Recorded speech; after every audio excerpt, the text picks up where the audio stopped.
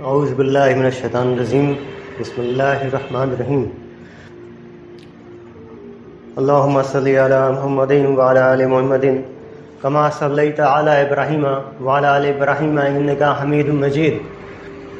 اللہم بارک علی محمد وعلی آل محمد کما بارکت علی ابراہیم وعلی آل ابراہیم انک حمید مجید رب اشرح لی صدری ویسر لی امری واحلل عقدۃ من لسانی یفقہوا قولی۔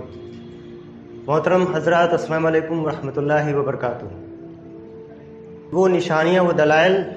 جن سے یہ واضح ہو جاتا ہے کہ قرآن اللہ کا کلام ہے اور حضرت محمد مصطفیٰ صلی اللہ علیہ وسلم اللہ کے رسول ہیں۔ اس پہ تفصیل سے میں بات رکھ چکا ہوں، ان نشانیوں، ان دلائل کے بارے میں۔ اور جب یہ واضح ہو جاتا ہے کہ قرآن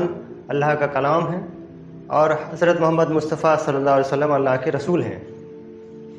تب اس کا جو رد عمل ہوتا ہے وہ مختلف ہوتا ہے۔ اور اس سلسلے میں سورہ یونس کی آیت 40 میں اللہ رب العزت نے ارشاد فرمایا کہ ان میں سے کچھ ایسے ہیں جو اس پر ایمان لاتے ہیں اور کچھ ایسے ہیں جو اسے نہیں مانتے، اور تیرا رب فساد کرنے والوں کو خوب جانتا ہے۔ قرآن میں اللہ کا جو کلام ہے، جو اس میں اللہ کا میسج ہے تمام انسانوں کے لیے، اور جو اس میں زندگی کا مقصد بتایا گیا، کس طرح سے اس پہ عمل کرنا ہے، جو اللہ کے رسول حضرت محمد صلی اللہ علیہ وسلم نے عمل کر کے بتایا، یہ دنیا کی زندگی کس مقصد سے پیدا کی گئی اور انسان کو جو زندگی دی گئی اس میں اللہ اس سے کیا چاہتا ہے، اس کے بارے میں بھی جو ہے قرآن میں سورہ عنکبوت کی آیت 2 سے 3 میں اللہ رب العزت نے ارشاد فرمایا کہ کیا لوگ یہ سمجھتے ہیں کہ وہ صرف یہ کہنے سے چھوڑ دیے جائیں گے کہ ہم ایمان لائے اور ان کو آزمایا نہ جائے گا، جبکہ ہم نے ان لوگوں کو بھی آزمایا ہے جو ان سے پہلے تھے، تاکہ اللہ جان لے کہ سچے کون ہیں اور جھوٹے کون ہیں۔ تو یہ ایک آزمائش کے لیے انسان کو پیدا کیا، یہاں پر اس کی رہنمائی کا انتظام کیا، ایک وقت مقرر کیا جو اس کی زندگی ہے، اس دنیا میں اس کی تمام ضرورتیں رکھی، اور اس کا مقصد کیا ہے کہ اسے آزمانا۔ اور ہم یہ دیکھتے ہیں کہ جب قرآن اور اللہ کے رسول صلی اللہ علیہ وسلم کی سنت یا سیرت جب سامنے آئی تو لوگوں نے کس طرح سے رد عمل کیا، اور جو انکار کرتے ہیں قرآن اور اللہ کے رسول صلی اللہ علیہ وسلم نے جو نصیحت کی، فرمایا، جو حکم دیا، اس سے انکار کرتے ہیں، اس کے پیچھے وجہ کیا ہے، اس پر بھی جو ہے ذکر کیا اللہ رب العزت نے سورہ بقرہ میں، جو کہ آیت 170 میں، کہ جب ان سے کہا جاتا ہے کہ اس کی پیروی کرو جو اللہ نے نازل کیا ہے، یعنی قرآن و سنت کی، تو وہ کہتے ہیں بلکہ ہم تو اس کی پیروی کریں گے جس پر ہم نے اپنے باپ داداؤں کو پایا۔ تو کیا وہ اپنے باپ داداؤں کی بات مانیں گے جبکہ وہ کچھ سمجھتے نہ ہوں اور نہ سیدھے راستے پر ہوں؟ لوگوں کے انکار کرنے کی وجہ ایک یہ بھی ذکر کی گئی کہ وہ اپنی خواہشات نفس کی پیروی کرنا چاہتے ہیں، اپنی مرضی کو پورا کرنا چاہتے ہیں، جبکہ انسانوں کو بنانے والا جو اس کا مالک ہے اللہ رب العزت، جس نے ان کو بنایا، ساری ضرورتیں پوری کی اور اس پر پورا اختیار رکھتا ہے انسانوں کے اوپر، تو اس کی مرضی، اس کی منشا کے مطابق ہی چلا جانا یہی سچ ہے، حق ہے۔ تو پھر کیا چیز ہے جو انہیں روکتی ہے، انکار پر آمادہ کرتی ہے؟ تو اس کا بھی ذکر کیا قرآن کریم میں اللہ رب العزت نے، جو کہ سورہ فرقان کی آیت 43 میں ذکر کیا گیا ہے کہ کیا آپ نے دیکھا جس نے اپنی خواہشات کو اپنا رب بنا لیا ہے، اللہ کو چھوڑ کے اپنا رب اپنی خواہشات کو بنا لیا ہے۔ اسی سے متعلق ایک بات جو کہ سورہ نازعات میں آیت 41 میں بھی آئی ہے، جس میں اللہ رب العزت نے ارشاد فرمایا کہ اور جس نے سرکشی اور اپنی خواہشوں کو ترجیح دی اس کا ٹھکانہ جہنم ہے، لیکن جس نے اپنے رب کی بڑائی کا ڈر رکھا اور خواہشات نفس کو روکا تو اس کا ٹھکانہ جنت ہے۔ تو یہاں پہ جو چیز انکار کی وجہ بنتی ہے، جو رکاوٹ بنتی ہے اللہ کی فرمانبرداری پہ، آنے سے اور جو اللہ کے رسول صلی اللہ علیہ وسلم کی پیروی کرنے سے، تو اس میں جو ذکر کیا گیا خواہشات نفس کو ترجیح دینا اور اس کی پیروی کرنا۔ اور یہاں ایک چیز بھی قابل غور ہے کہ جو میں نے کہا کہ جب حق بات یعنی قرآن اور سنت سامنے آتی ہے تو لوگوں کے جو رد عمل ہے وہ مختلف ہوتے ہیں، جیسے یہاں بھی ذکر آیا کہ کوئی انکار کرتا ہے تو کوئی اس پر ایمان لاتا ہے۔ اس میں بھی اور اگر باریکی سے غور کریں تو اور جو ہے کیٹیگریز بن سکتی ہیں کہ انکار کئی بار اس وجہ سے بھی ہو سکتا ہے کہ جس چیز کا علم جس کی ہم بات کر رہے ہیں، جو حق ہے قرآن اور حدیث، وہ اس تک نہ پہنچا ہو، ابھی تک نہ پہنچا ہو، یا اگر پہنچا ہو تو کچھ پہنچا ہو اور وہ واضح نہ ہوا ہو، تو یہ ایک حالت بھی ہو سکتی ہے۔ اور یہاں پہ یہ ضروری ہے کہ حق بات اس تک پہنچے، قرآن اور سنت کی تعلیم پیغام اس تک پہنچے، اور اس کی ذمہ داری کس پر ہے؟ اللہ کے رسول صلی اللہ علیہ وسلم نے ارشاد فرمایا، جو اس کے پہلے بھی بات آ چکی ہے، کہ وہ ذمہ داری اپنی امت، ان ایمان والوں کو جن تک یہ بات پہنچ چکی ہے، ان کے اوپر یہ ذمہ داری دے کے گئے ہیں کہ یہ اب ہمارا یا جن لوگوں کے پاس بات پہنچ چکی ہے، حق بات جن کے اوپر واضح ہو گئی ہے، وہ دوسروں تک پہنچائیں، نہیں تو وہ خود ذمہ دار ہو جائیں گے کہ انہوں نے یہ بات اپنے تک رکھی یا اپنے عمل تک محدود رکھی اور دوسروں تک نہیں پہنچایا، جس کی وجہ سے وہ جو ہے ایمان میں داخل نہیں ہو سکے، یا ان تک قابل اطمینان بات نہیں پہنچ سکی جو ان پر واضح کر سکی کہ یہی حق ہے، سچ ہے اور یہی کامیابی کا راستہ ہے۔ تو وہ باتیں ان تک پہنچانے کی ضرورت ہے اور اس کی ذمہ داری ہماری ہے۔ اب اس کے بعد جب علم حاصل ہو جائے، حق واضح ہو جائے، تب اللہ کے حکم پر اور اللہ کے رسول صلی اللہ علیہ وسلم کی پیروی میں پوری طرح سے آنا ہے، جیسا کہ اللہ کے رسول صلی اللہ علیہ وسلم نے ارشاد فرمایا، جو کہ البخاری حدیث نمبر 52 میں، کہ تم میں سے کوئی بھی کامل ایمان والا نہیں ہو سکتا جب تک کہ اس کی خواہشیں اس چیز کے تابع نہ ہو جائے جسے میں لے کے آیا ہوں۔ تو یہاں پہ یہ چیز بھی واضح ہوتی ہے کہ ایمان میں ہمیں پورے داخل ہونا ہے، اپنی مرضی، اپنی خواہشات کو چھوڑ کر اللہ کی مرضی، اللہ کی منشا کو پورا کرنا ہے، اور کس طرح سے پورا کرنا ہے؟ جیسے اللہ کے رسول حضرت محمد مصطفیٰ صلی اللہ علیہ وسلم نے عمل کر کے دکھایا۔ اور ایمان،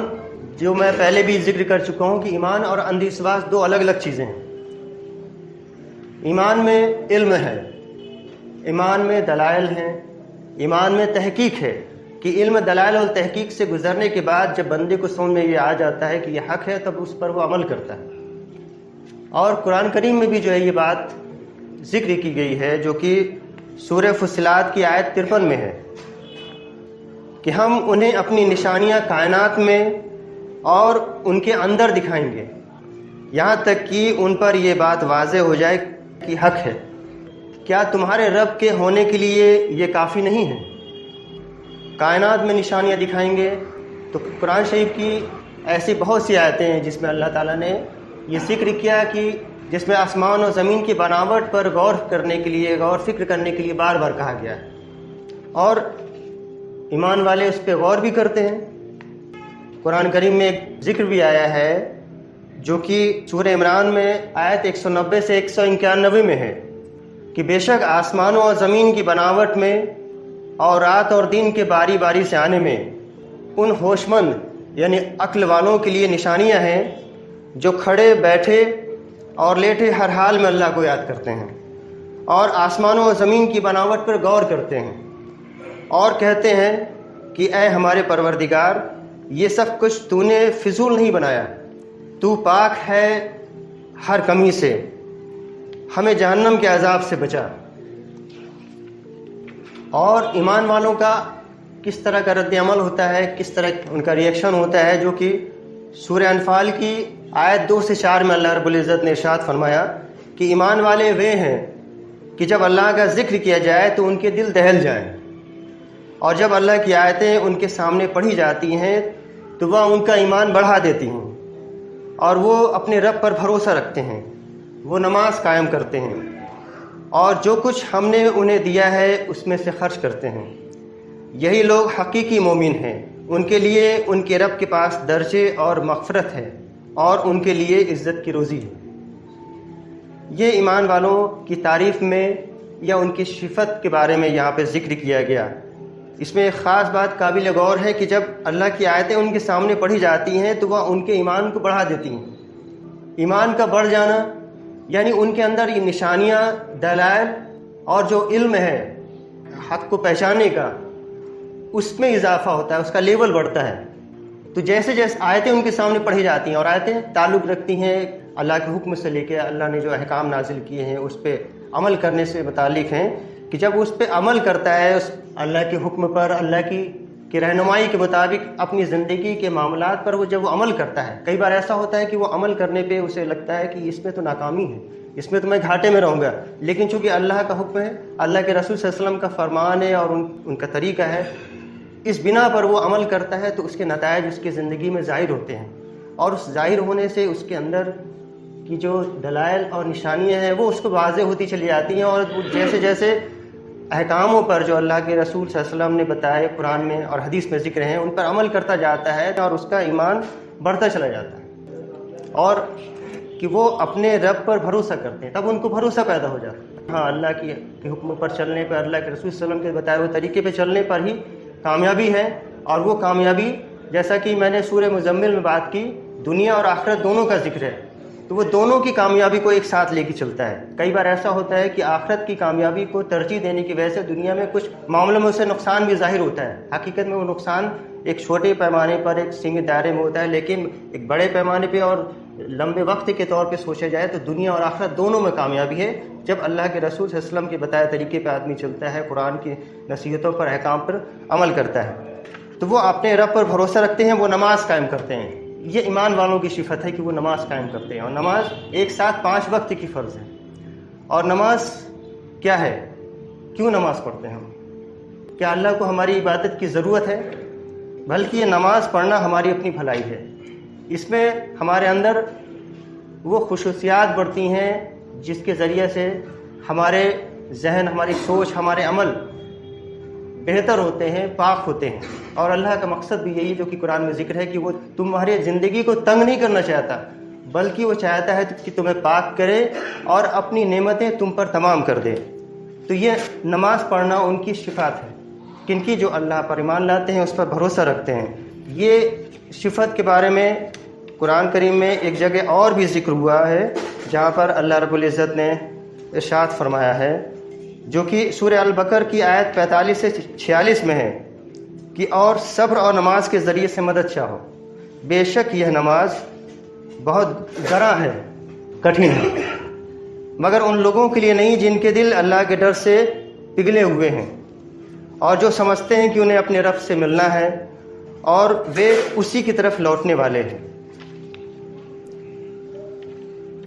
ایمان والے کا طرز عمل یہ ہوتا ہے کہ وہ ہمیشہ اللہ کا ڈر رکھتا ہے کہ کہیں میں کسی نافرمانی میں یا کسی خطا میں تو نہیں ملوث ہو جا رہا ہوں، اور خطائیں بھی ہوتی ہیں ایمان والے سے، غلطیاں بھی ہوتی ہیں، لیکن وہ اس میں اصلاح کرتا ہے۔ دوسرے لوگ یا ایمان والے کے طور پہ جب ان کے سامنے واسطہ پڑتا ہے یا تو ان کی خطاؤں غلطیوں پر ان پر فیصلے نہیں کرتا ہے کہ یہ ایمان کے خلاف ہے یا اسلام کے خلاف ہے یا اسلام سے باہر، بلکہ وہ ان کی بھی اصلاح کرتا ہے اور اپنی بھی اصلاح کرتا ہے۔ یہ عمل کیا کرتا ہے؟ یہ تفریق یعنی فرق کو بانٹنے کو روکتی یہ چیزیں اور آپس میں جوڑتی ہیں، سامنے والے کے اندر بھی اصلاح ہوتی ہے اور اپنے اندر، تو اس سے نتیجے میں کیا بات آتی ہے؟ اس سے نتیجے میں محبت آتی ہے، اس کے نتیجے میں آپس میں تعلقات بنتے ہیں، ایک دوسرے کی لوگ مدد کرتے ہیں اور اس میں یونائٹ ہوتے ہیں، اور یونائٹ ہونا اپنے آپ میں طاقت، یہ اس کے فوائد ہیں۔ اسی طرح سے ایمان والے کے بارے میں سورہ بقرہ میں بھی اس کی صفت کے بارے میں اللہ رب العزت نے ارشاد فرمایا، جو کہ آیت 286 میں ہے کہ ایمان والے کا کس طرح کا طرز عمل ہوتا ہے، اس کا مزاج کیسا ہوتا ہے۔ اس میں ایک دعا ہے جو سکھائی گئی قرآن میں اللہ رب العزت کے ذریعے سے، وہ ہے جس کو ہم اکثر پڑھتے ہیں، ربنا لا تؤاخذنا إن نسينا أو أخطأنا ربنا تحمل علينا إصرا كما حملته على الذين من قبلنا ربنا ولا تحملنا ما لا طاقة لنا به واعف عنا واغفر لنا وارحمنا أنت مولانا فانصرنا على القوم الكافرين۔ یعنی اے ہمارے رب، اگر ہم بھول جائیں یا ہم نے خطا کی ہو تو ہمیں نہ پکڑنا، اے ہمارے رب ہم پر وہ بوجھ نہ ڈال جو تو نے ہم سے پہلے کے لوگوں پر ڈالا تھا۔ اے ہمارے رب ہم پر وہ بوجھ بھی نہ ڈال جسے اٹھانے کی طاقت ہم میں نہ ہو۔ ہمیں معاف کر دے، ہمیں بخش دے اور ہم پر رحم کر۔ تو ہی ہمارا مالک ہے، اس لیے انکار کرنے والے کے مقابلے میں ہماری مدد فرما۔